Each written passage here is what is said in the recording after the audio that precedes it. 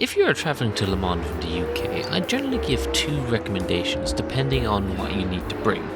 Either take the train, as the circuit is basically in a city, so it's very easy to get to, less than an hour from Paris city centre by TGV, and you can even get direct TGVs from Charles de Gaulle Airport if you're flying in. However, if you are camping or travelling with a big group, you're probably driving, and therefore you will need to cross the channel. Thanks to a southwest bias, people instinctively look to Dover and Folkestone, and while the Dover ferries are very cheap and the tunnel is very fast, are these always the best way to cross the channel? Thanks to booking early, I found that the overnight ferry from Newhaven to Dieppe would have worked out about the same cost as a hotel near Ashford, tunnel crossing and the extra driving involved in France, with the famous tolls that would involve. Effectively, by taking the overnight ferry, I save a day off work and yet I get to Le Mans in time for lunch. Newhaven is far from the busiest ferry port, which, given the sometimes unreliability of Dover, is really an advantage. Check-in took about 15 minutes, though I did arrive with plenty of time. The ferry on this route is not the largest, so boarding usually starts less than an hour ahead of departure. Keep this in mind for these late night departures, as you will need to be up and awake right up to the point of departure.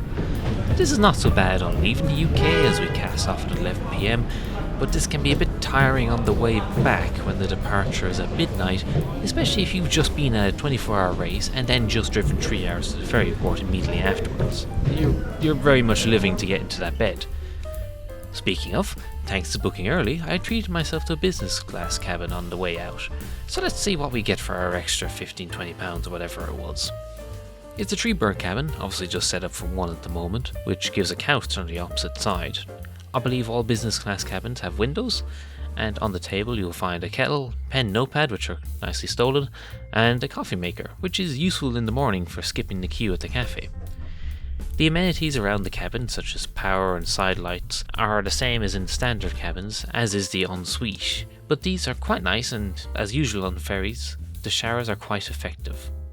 The other difference between this and the standard cabins is that the bed does seem to be more comfortable. It is actually the nicest I've ever had on a ferry, but this is also the only time I've ever paid for more than the standard cabins, so take that with a pinch of salt.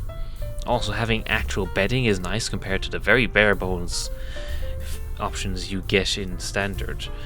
Pillows are a little nicer as well in the business cabins, but you're still probably going to want to bring your own if you're particularly finicky, or take some extras off the unused berths in the cabin. So overall, is this worth the extra 20 quid? Maybe for the UK-France leg, which is a little longer, but I wouldn't for the France-UK trip, as really you spend all but like 20 minutes of that journey asleep, and you do get kicked out at 5 AM, so I don't think you'd be able to really take advantage of the extra little bits you get in the business cabin. While the Côte d'Albatra that DFDS operate on this route is not the largest ferry, it does have reasonable facilities. Apart from the cabins, overnight passengers can book a reserved seat in one of 2 lounges, or even if they are sold out, take your chances in the regular lounges, which a lot of people were doing. Not that I would recommend that. There is a cafe and buffet that serves dinner or breakfast, a bar which is very popular on the way out of racegoers, and a small but well-stocked duty-free shop. There was plenty of outdoor decks, which are nice to find some space, especially on the day crossings when you might actually have something to see. However, on arrival into Dieppe, it was nice to sit out for the last 30 minutes to an hour or so to watch the near impossibly tight 360 turn the ship makes on arrival in Dieppe Harbour, which is nearly worth the price of admission alone.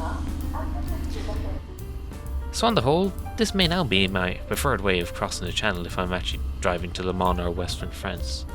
For what on paper might seem like a slower and more expensive option, for me it was actually near cost neutral and likely saved a few hours as well. And on the whole, a much more pleasant experience.